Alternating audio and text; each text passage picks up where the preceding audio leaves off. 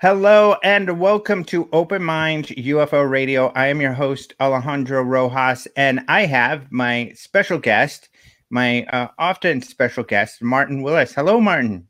Hello. Thank you. Always fun. How you doing? Good, So, good. okay, I like the setup. This is fun. Yeah. I know it is a lot of fun. So people are popping in to join us live, which is great. In fact, I'm going to text everybody, hey, dudes. Thanks for joining. And let me explain this. And I'm going to do this every time to let you all know how you can join us live. So those of us who have joined us live are my Patreons, my intergalactic planetary members on Patreon. So if you want to join everything I do live, and the advantage of that is you get to ask questions. So for instance, I'm working on it. It should be happening. But I'm going to have Lou Elizondo do a live stream just like this, and you'll be able to ask him questions live. I did this with John Alexander, Brian Bender, a lot of other people, Anthony Lepay. I'm going to have up soon, the director of Unidentified, the television show, which of course is extremely important. We're going to talk about its importance actually in the show in just a minute, but lots of great stuff. And that way you get everything. If you join my Patreon at the intergalactic planetary level, you get literally access to everything and can join everything live. There are a couple other membership levels. The Rojas reports, if you want to view them on video, the live streams here that we record, but you don't want to become a Patreon member, then you can go to YouTube and you could subscribe to the Rojas reports on YouTube. And that way you can watch great interviews like my Chris Melon interview, the Brian Bender one, all the other ones I mentioned. The final membership level is Pod People. So if you go to Patreon and you join for Pod People, which is less than $2, it's $1.50 a month, then you get all audio versions. So then I'll share all of the audio. And you do get an RSS feed in Patreon where you can use it to add that to your phone, your favorite podcast tool, and then it'll download all of the audio of my shows straight to your phone or whatever device you use to listen to podcasts. So those are the three levels. You got all audio, you got video replays, archives essentially on YouTube, and then you have access to everything intergalactic planetary level on Patreon. As you all know, I am back from a hiatus. Really, I was considering whether I could do this at all anymore. I've come back at a popular demand, but the only way I can come back is if you guys help me. And I mean, $1.50 a month. I hope that you feel that you get enough out of all of this to be able to at least contribute that much. So thank you guys very much. I'll stop doing the business part of things here, but those of you who do subscribe, thank you all very, very much. And hello, Michelle and Jeff and Jeremy, who are joining us live and will be able to get to ask questions and make comments during the show here. So that's how you join live. But let's get into the news, Mr. Martin. I guess first, do you have any stories you saw that really struck you this week? No, nothing that really jumped out that's like new, earth shattering. There's still rumors going around about, some articles going to be coming out. And I heard another rumor today, and I don't even think I should repeat it, but we'll see when it happens. It'll happen when it happens. Or if, you're right. It kind of gets to, and like you said, I haven't seen any other news. But I'll share with you guys what I've been up to and what Martin and I have been up to, because we've got some interesting stuff I think we've been up to. But one of the things that I did was I went on John Greenwald's show, which is much to the surprise of many people, John Greenwald of the Black Vault, because if you've been a podcast listener, you will know that John and I have not seen eye to eye. In fact, he admits he is a bit aggressive in his comments towards me. And I admit that, I did not fully understand his position, and that created a lot of frustration. So, we've made amends. We've been friends for so many years. And like I've always said, he's an amazing researcher. So it's great to be able to talk again.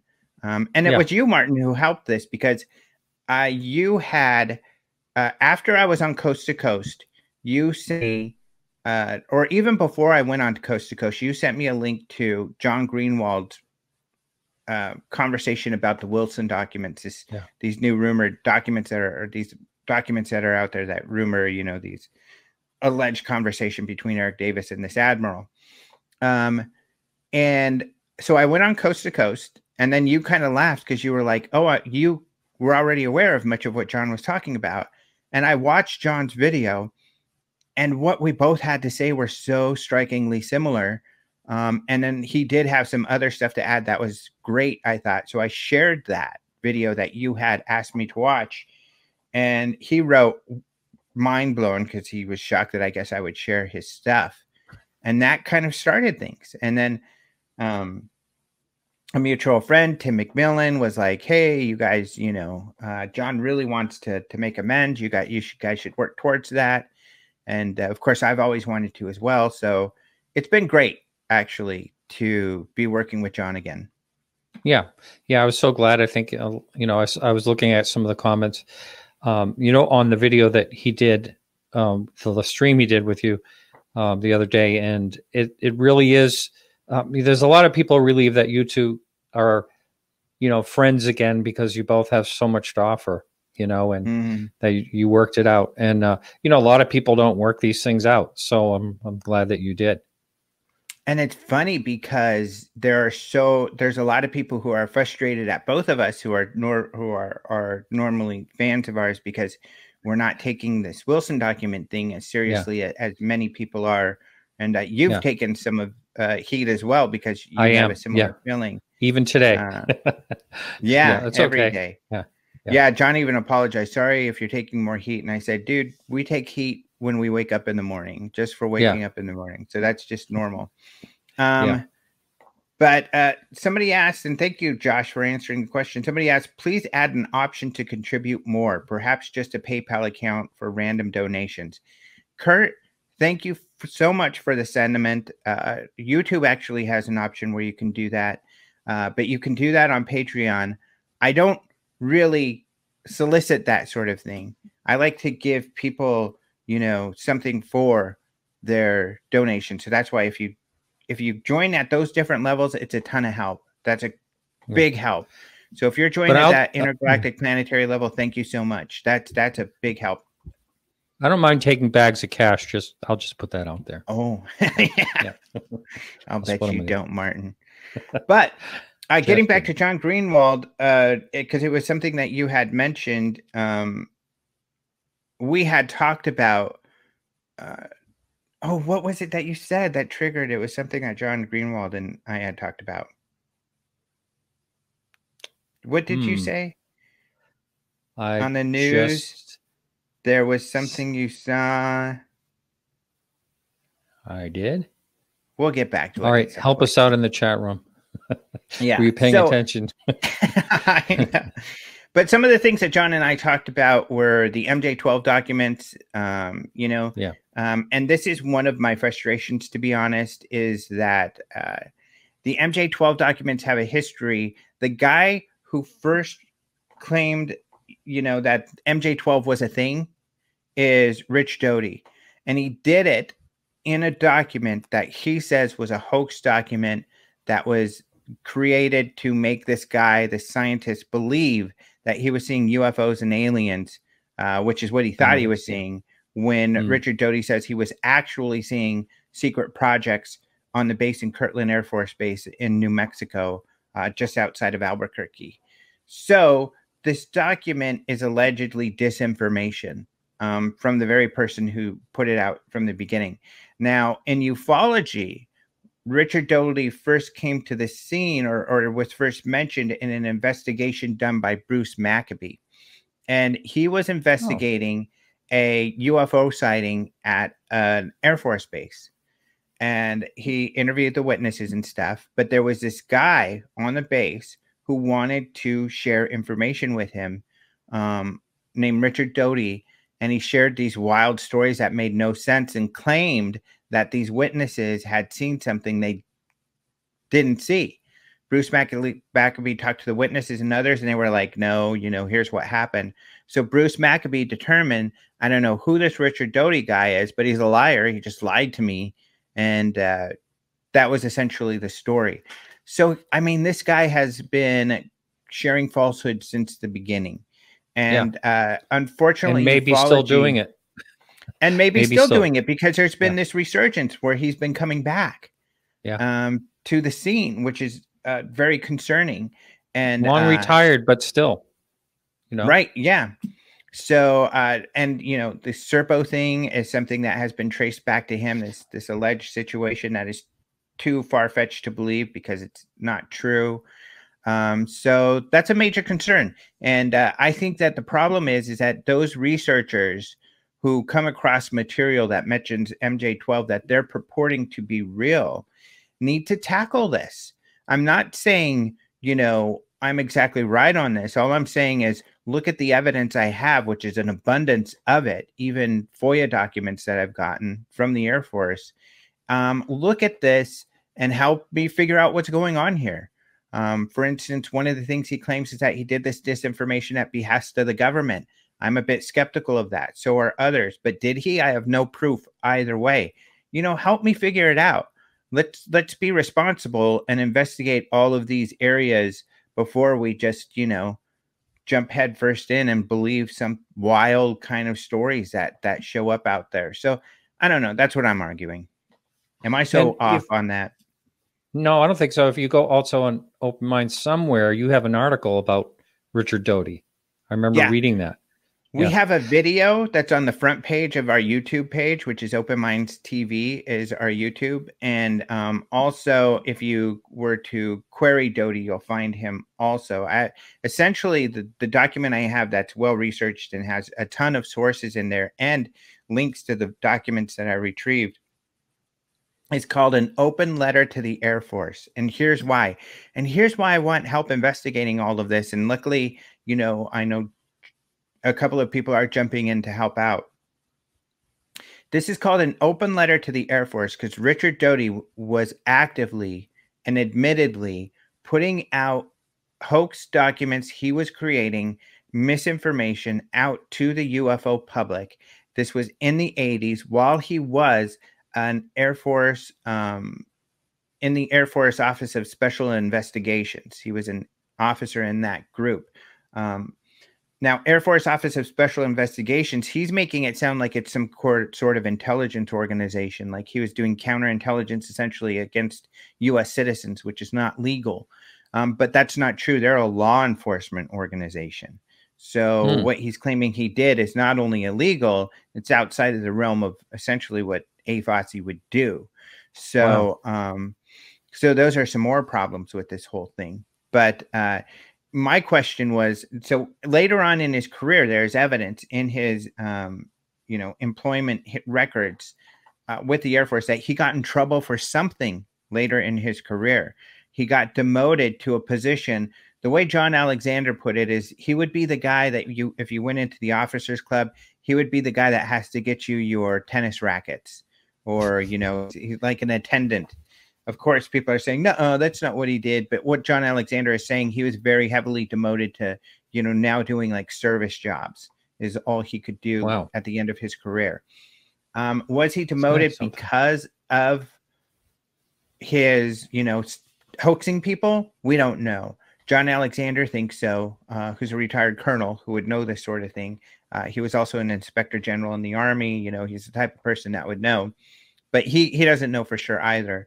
Richard Doty has spun these tales about some kind of espionage he was involved with and covering up his sources and, his superiors wanted him to reveal sources and some kind of crazy, of course, story, just like all of his crazy stories. So we don't really know why he got demoted. But the Air Force needs to tell us, why was your guy, while he was an agent with OSI, why was he sending out this disinformation? Was this at your behest or not? Was he demoted for it or not? This guy was involved with it, admitting to being involved with criminal activity. Said he was breaking into this poor guy, Benowitz, his house, and rearranging his furniture. The guy literally went crazy. He made him believe that aliens and Russians were watching him constantly, and he went nuts. And if you talk to other UFO researchers who knew this guy, he really, Dr. Leo Sprinkle, I think, was the one who told me that, you know, he went to his house once and his wife's like frantic. He's like, he won't come out of his car in the garage, and the car's like covered in aluminum foil. I think he would, so he had to go into the car to talk to him, and he's freaked out and accusing everybody of being government agents. I mean, it was really, really bad. That's really something. It's a part of history that ufologists bury their head under the sand about because they don't want to tackle it, because they get uncomfortable with it. But it's really important. I think a lot of the mythology in this field is created from that era. So we need to figure it out. Yeah. Yeah. Now, I know you and I have had this conversation before, but I'm just going to ask you, you would never have him on your show. No, as an interviewer. Wouldn't. No, and here's why, because people ask that all the time, you know, what has he said when you interview him? I mean, the problem is, and if you see in my my write-ups, whenever, at least this was in the past, I don't know that he's done this recently, but I wouldn't doubt it. And in fact, I think I heard he did. In the past, when he would be called out on, didn't you write this in that book? No, I didn't write that. Somebody said I wrote that, but I didn't. Didn't you say this in that interview? No, I didn't say that in the interview. They lied. And I mean, these are people who are very credible people in the field who would interview him. And then when people would call him out for things he said in these interviews, he would say the interviewer, who doesn't have a history of lying, was the one who was lying. So it's kind of a waste of time. It's kind of like too troublesome. First of all, he changes his story constantly. So any questions I would ask him would be different than something in the past. Sure, I could call him out on that and say, well, at this point you said that, and then at this point you said this. So which is it? But what good would that be if he just spins another story for me? So I just haven't seen the value in talking to him directly because he's so tricky that way. So I've just, you know, researched all of the facts and established information that is out there. And that's what's important, because a lot of people say, oh, you're just reporting the work of, let's say, Mystery Men by Mark Pilkington, or by Greg Bishop and his book, Project Beta, both of which are great pieces of work about this situation. However, those both heavily rely on interviews with Doty. In fact, the majority of both of those pieces of work are based off of interviews with Doty, and that's the hard part. If he's changing his story constantly, he can't be the main source of information. We need more credible sources of information to check this information. That's why I went to the Air Force and other sources, as you can see in my piece on this. Now, didn't he was on some movie or documentary where he actually goes into this whole topic about actually physically seeing aliens. Did you hear about that? Yeah, he's got so many different stories about aliens and Roswell and really wild stories. So he comes up with new ones all the time. He really does. And it doesn't take much research to look into that. And some people have criticized me. What does that have to do with the Wilson documents? Well, it mentions MJ-12.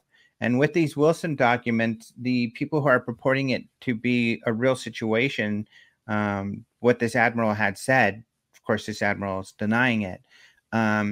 They mention MJ-12, and they also purport this other document that really Paul Dean is a great researcher out of Australia. He has torn this document apart, demonstrating, you know, all the obvious red flags that make it an apparent. It's difficult to say it's not a hoax, let alone that it's about MJ-12.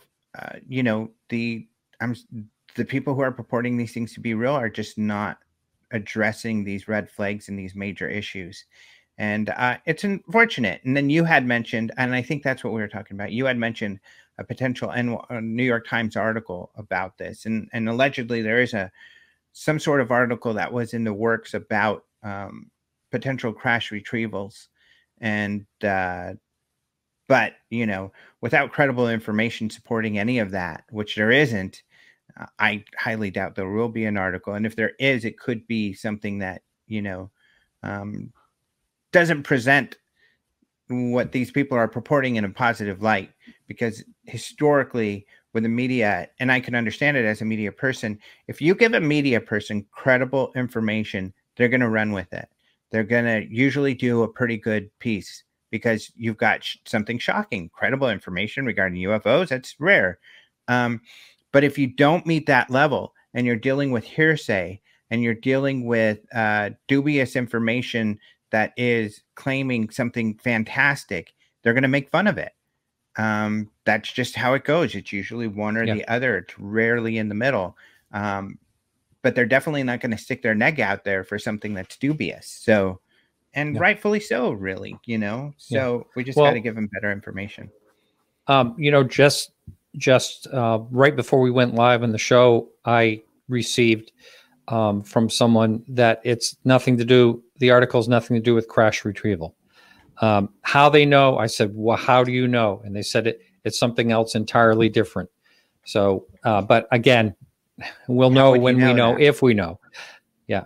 And it's a great question. And it's a fair question. How would you know that? Because you might be hearing from someone who's hearing from someone. Although they might be hearing from someone, a firsthand person, but that's what I've been told.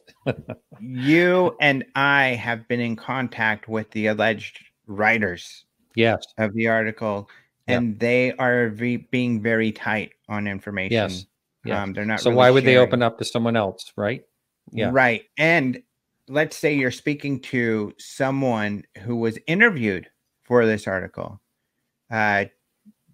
That whatever they interviewed that person about doesn't mean it's the extent of the article. However, I am more prone to believe that person actually that you spoke to, because if they can't find anything substantial, regarding crash retrievals, then they could switch gears, pivot, as they say, to another front, another article. Because, for instance, and that's where we'll transition to my Chris Melon interview, there's a lot of really good, juicy, credible, shocking news related to this new news that the Senate is now looking into UFOs and requesting reports on UAPs from military intelligence agencies, and which is essentially what I interviewed Chris Melon about this week, that and its relation to the season 2 of Unidentified that's coming up.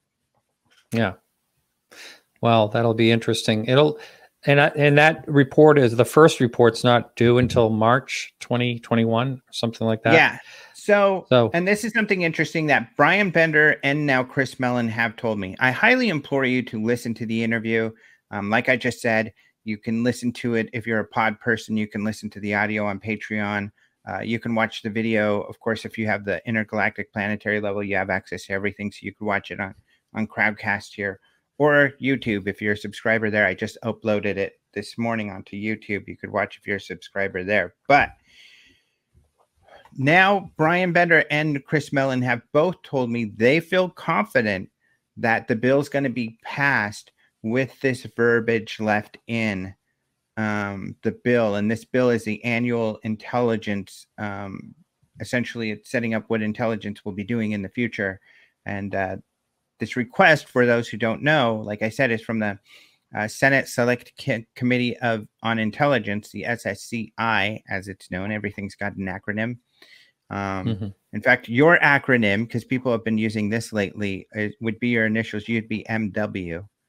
So MW, the SSCI, has requested that these military intelligence agencies provide UAP reports. They talk about a UAP task force that is kind of coordinated to do this. They're headed by the ONI, the Office of Naval Intelligence, even though I guess originally this was ATIP.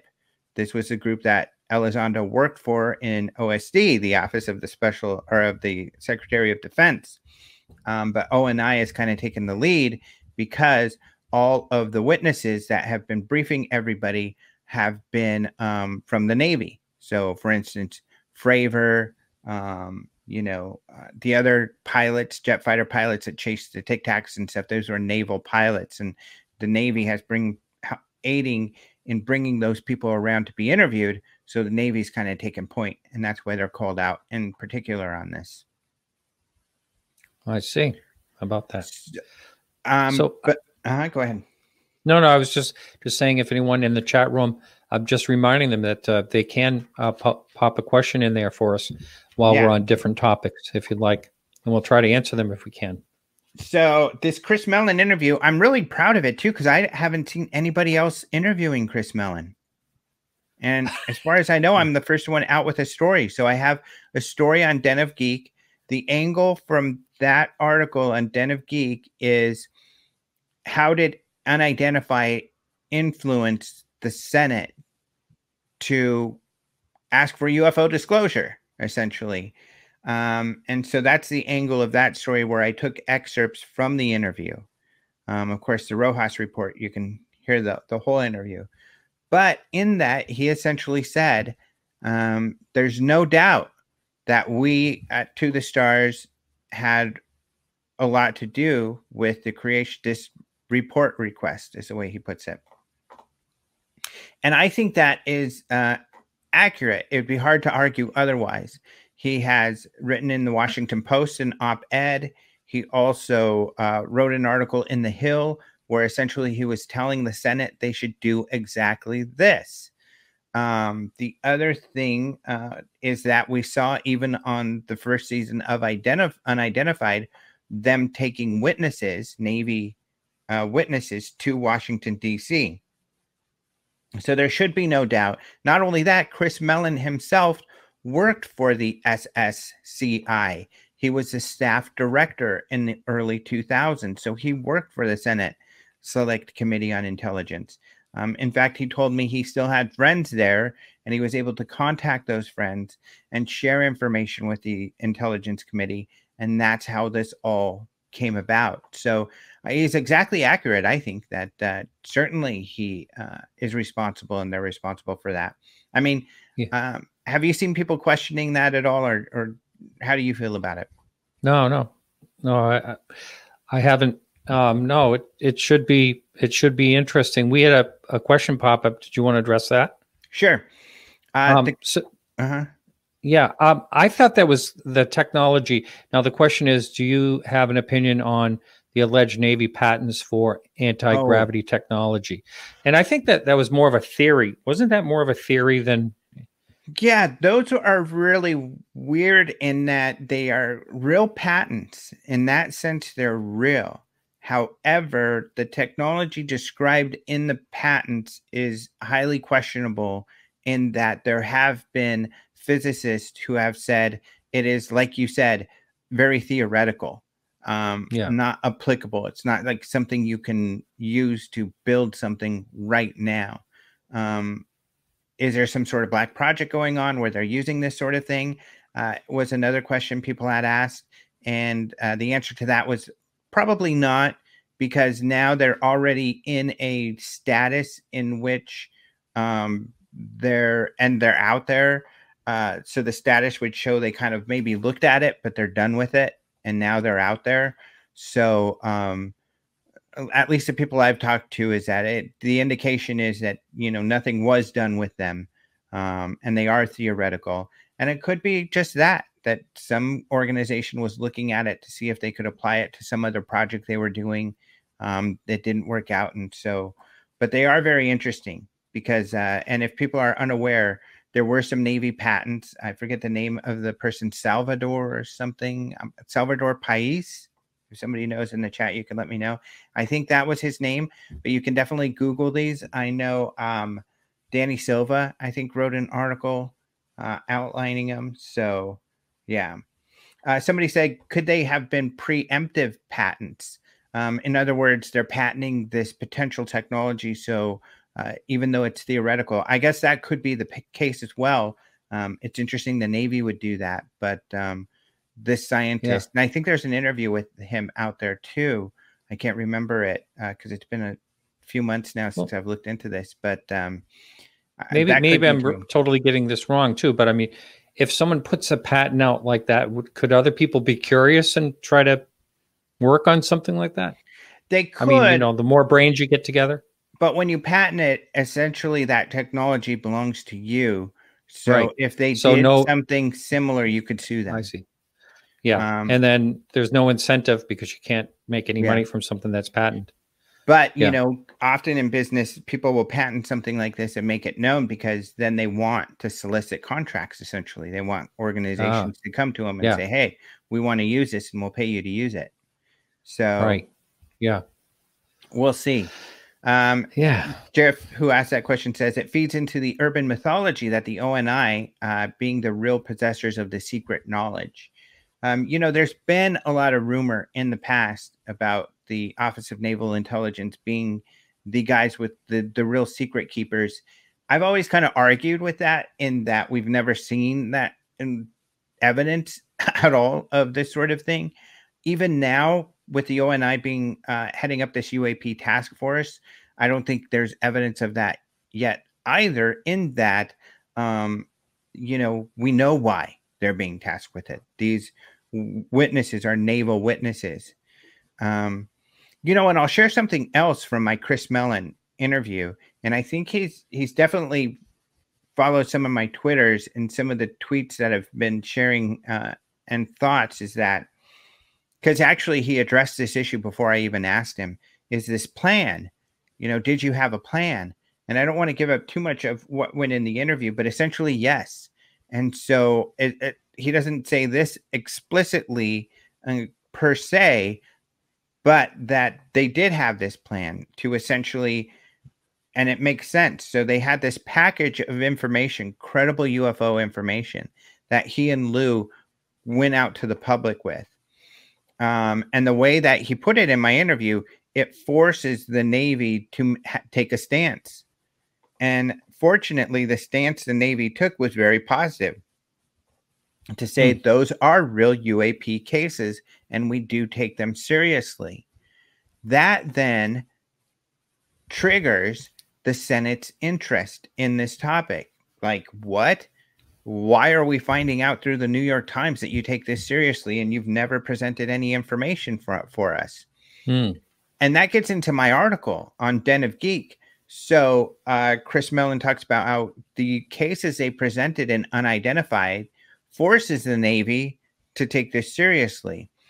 Once they go on the record, and eventually once we heard, I think it was Roger Gassel, a researcher who got this correspondence with Susan Go from the DoD, who admitted essentially that Lou was right about ATIP continuing and that there are various agencies looking into UAPs.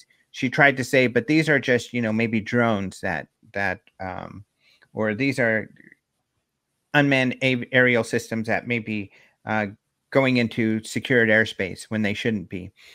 But Roger Gassel asked specifically, what about UAPs? And she said, yes, this includes UAPs. So there was this group that was looking into it. Once that happens, that really triggers even further the Senate or even the public a sort of legal framework to go after this information.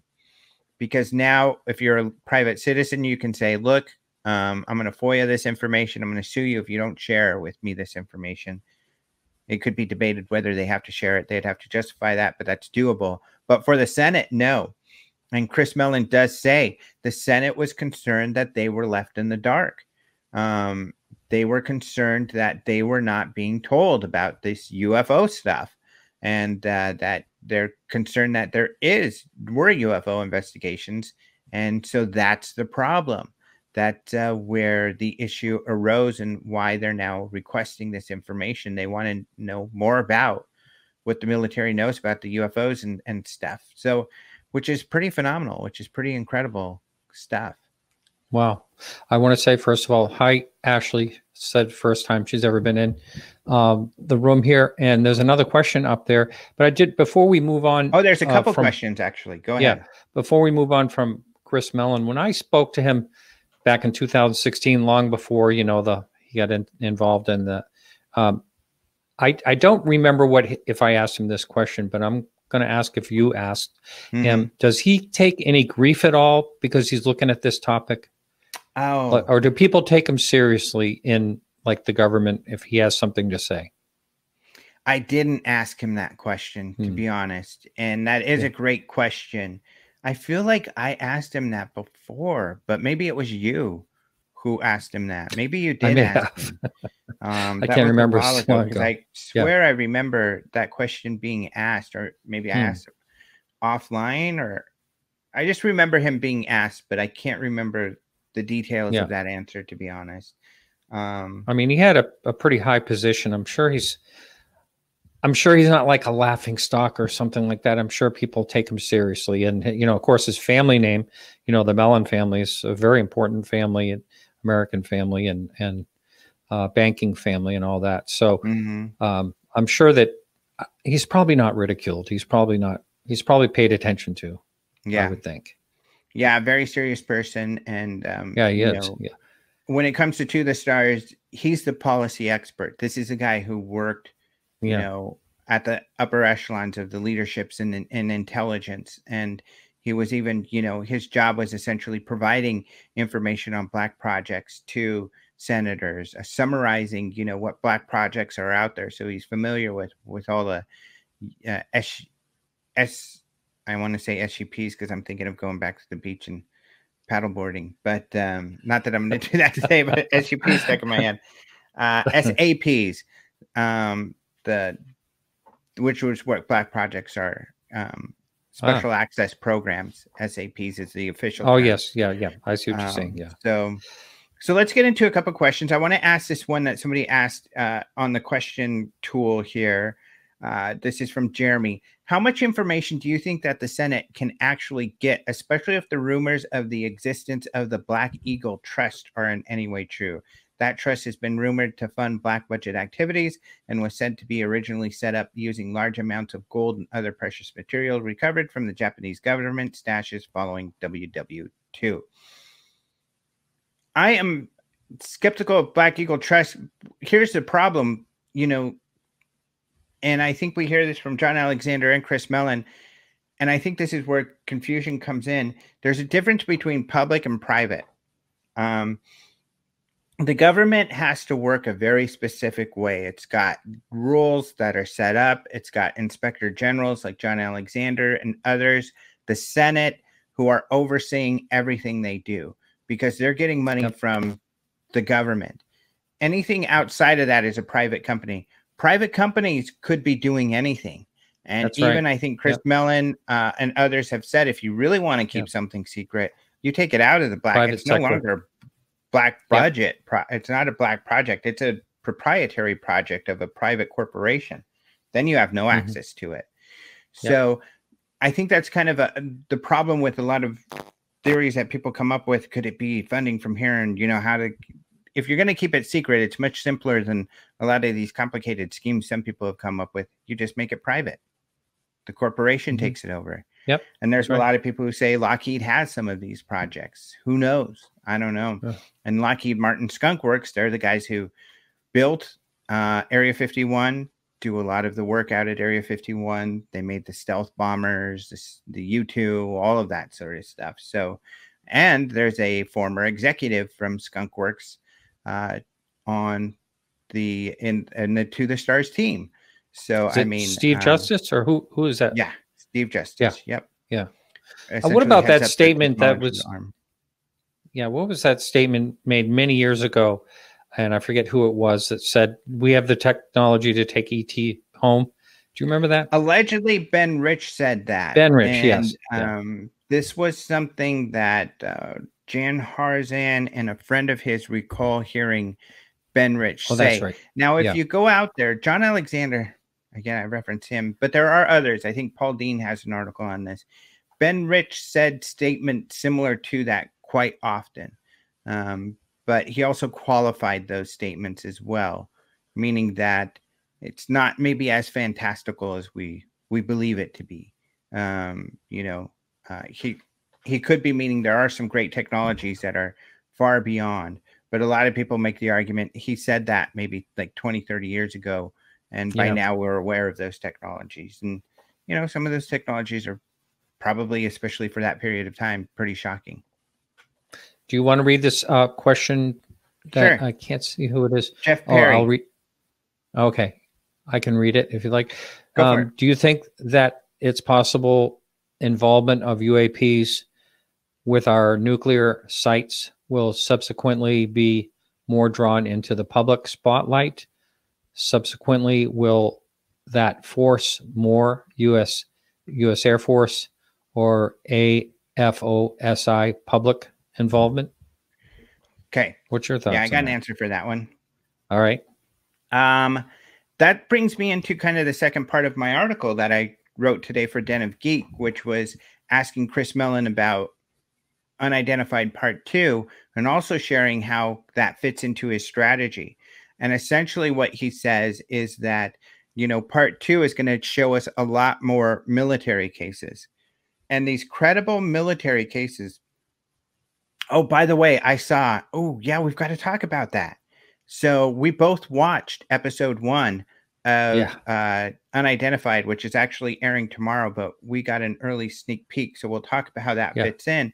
But he's talking about how these military cases that we're presenting on Unidentified are on the record cases.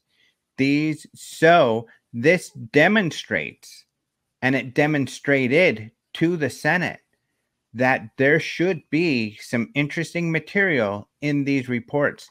These cases that they're covering, at the very least, should be in these reports that they're giving to the Senate Intelligence Committee. And if they're not, then Chris Mellon is there to say, hey, wait a minute. They didn't let you know about this, and this.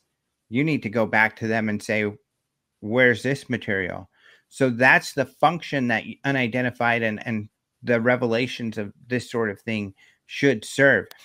AFOSI. First of all, like I said, AFOSI is it's a law enforcement agency. They're not counterintelligence. They're investigating anything that has to do with law enforcement. Perhaps it would be incursions that they would be involved with. That may be. Or they even have sightings of their own. But will it force the U.S. Air Force? It could. I think that's the whole point, is that this should be forcing a lot of these agencies to be sharing a lot of this material, including material we're already aware of. So that's what's going to be terribly, terribly interesting. How is Chris say that they're going to enforce this? And he really talked about this in the TSA Talks podcast, the last one. Well, the Senate has the power of the purse, he says.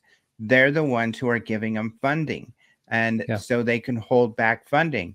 And like in our interview, my Rojas Reports interview with John Alexander, he told us funding is everything. When these guys are deciding what information to share or not, their number one concern is going to be how to preserve our current funding, or kind of give the impression that we have information that would make it so you want to give us money to do more research on these things because we're the guys who hold the keys. So funding is what it's all about. It's all about the Benjamins. It's all about getting that money. So so those are kind of the mechanisms in the way that some of this will get into the public. Right. Great question. But episode 1, season 2, Unidentified. What'd you think? I got to tell you, I watched the whole season last year, and this by far is my favorite episode. By far, really, it's really, really good. And I spoke with Anthony LePay the other day, and basically told him the same thing. It was just incredible. And he told me what happened. Basically during the summer, he got about 1,000 emails from people that had a lot of them in the military who had witnessed things. And so he weeded that down to like 50 and then weeded it down again to like 12. And this is reflecting in the first episode, just the first part of it. Just the first part of it. Boy, was that really good. About it. I loved it too. I really loved it. Now, and so far I've heard just positive reviews out of the people who have seen it. Have you heard anything negative? Yeah, not negative at all. I've talked to 2 people. I could see people kind of be disappointed in that these are just military cases. Although I don't know why anybody should be disappointed in something like that. But what's unique about these UFO cases is you've never heard of them before. That's right. They're for first time told. Yeah, brand new cases, first time told. So it's so refreshing to see, you know, brand new cases instead of the same old cases, you know, gone over and over again on all the other shows. Not only that, I think production wise, the show is really tight. It's like better than the past. It's kind of like in the last season, it was almost like it was kind of using different tools from different reality shows. But this one feels solid, like they've got their own way of telling a story, and it's credible, it's exciting, it's professional, but it's cutting edge. I absolutely love it. And then the camaraderie with you know, Lou and Elizondo and Chris Melon, you know, these military or at least defense guys talking with these military guys in language and working together, because it's not like let's just hear from this witness. It's kind of like let's bring in this witness who's one of our brothers, who's one of our, you know, fellow military, and let's hear what he has to say and then talk with him and work out what the heck could this have been. So they even rely on the expertise of the witnesses, because these are witnesses with expertise. I mean, they're B-52 pilots or otherwise. And one from Afghanistan that had quite a sighting too.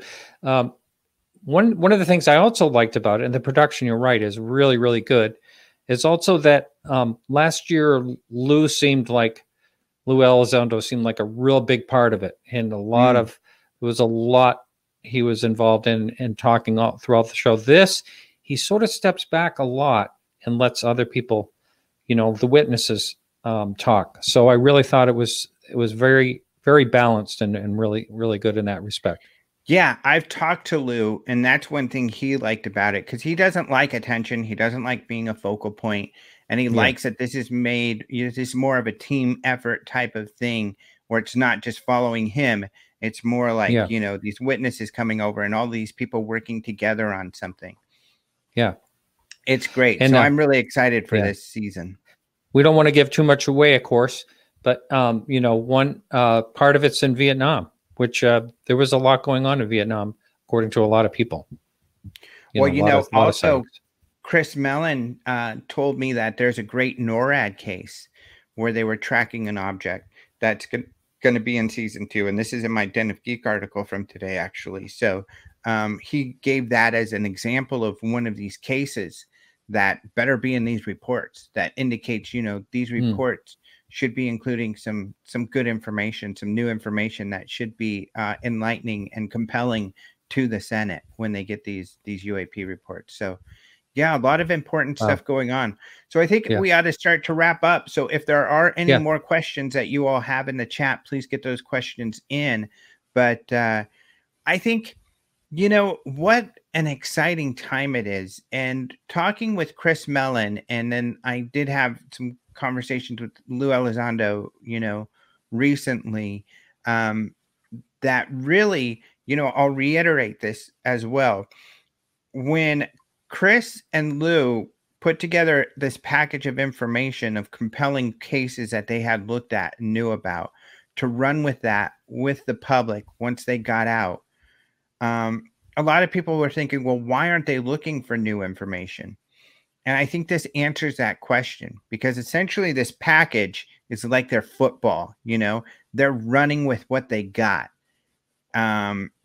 Getting buy-in from the witnesses, getting buy-in from the Navy, because these were Navy cases, and then running with that to the Senate and running down the field. And now they've scored this touchdown, you know? But they've talked about how there's other stuff out there. Stage 1, or maybe stage 2 or stage 3 or whatever stage of this plan they're in. But a major goal of this plan was to get the Senate to pay attention and do what Chris Mellon asked them to do a year ago in his Hill article, to request more information. Now they're doing that. So the next stages will have to do with a lot more new information coming to light. So what I'm saying is, I think we can be very hopeful, and I don't think that we're going to be disappointed if we expect there to be a lot of new great information coming forward, not just in the second season of Unidentified, but when, like you said, that report's due in March 2021. When those reports start to come out, a lot of information there, and I think a lot more information is going to be shaken loose as the whole credibility of this topic continues to be and continues to rise. Yeah. I agree. It'll be self-perpetuating. I'm sure the more people feel comfortable with it and see that it's okay and that it's there's an interest in it, the more people will open up. From the military, whatever. Maybe there's some people that have never stepped forward before. Yep. Too. And if the New York Times is writing an article or does post an article, that's probably going to be good too. I mean, especially if the authors of that article, the authors of the December 2017 article, Leslie and Kane and Ralph Blumenthal and Helene Cooper, if they have anything to do with it, I'm sure it's going to be really good if there is to be an article like that. Regardless, I know other journalists who are working on other articles that are going to be great. So, we've got a lot of, that's what's so exciting. We have a lot of really credible information coming forward.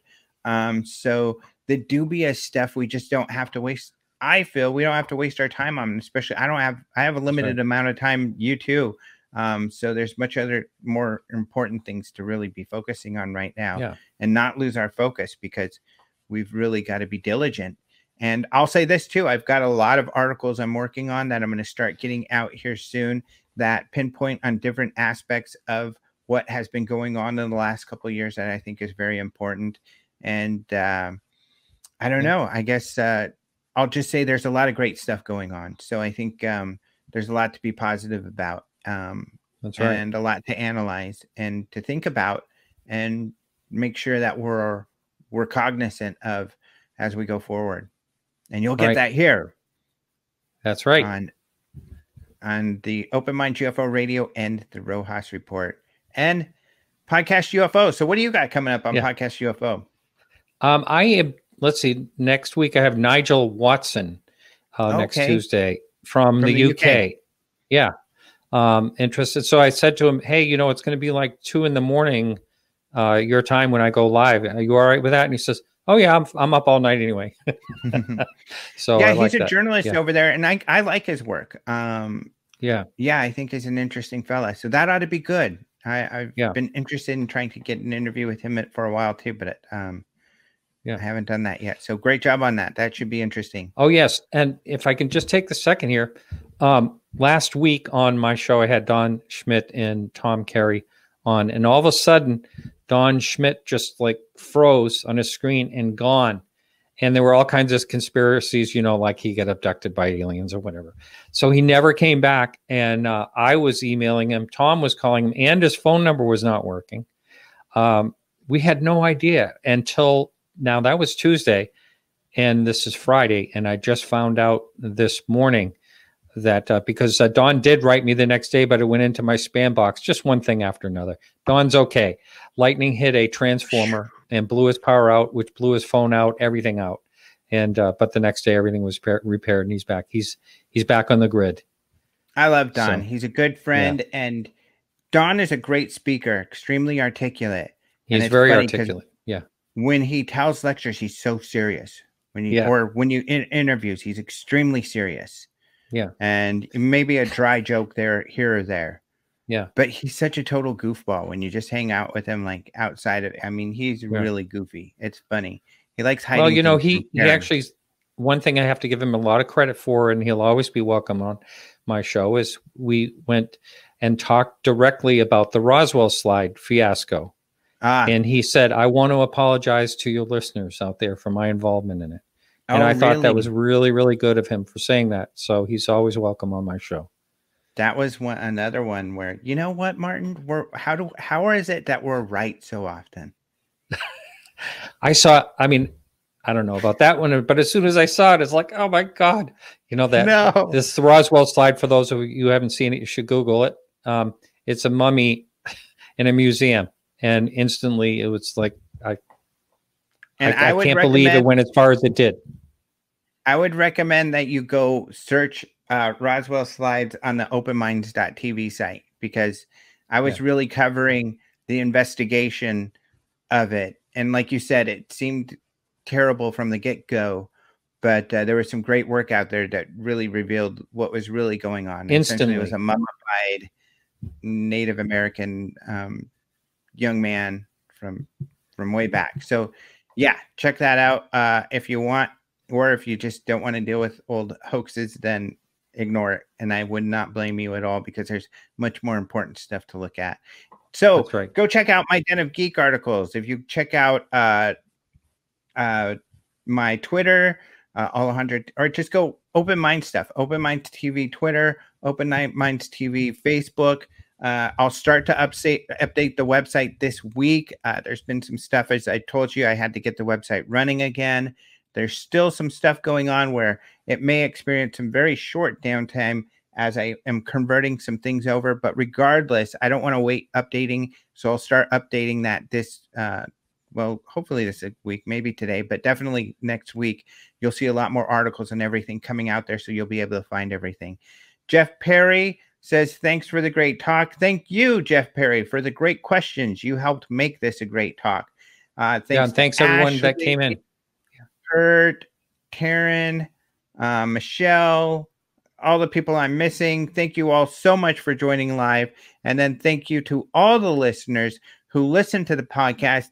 Even if you're really cheap and you don't want to give me a dime, and you're listening to this podcast free on your podcast service, even you, thank you for listening. I do. Yeah, we love you anyway. Appreciate. Yes. Yeah, we love you anyway. Any way you want to listen to us and be involved is wonderful. So thank you all very, very much. And until next time, are you going to try this with me again? Until next time, adios, muchachos. Good job. That was a little better this time.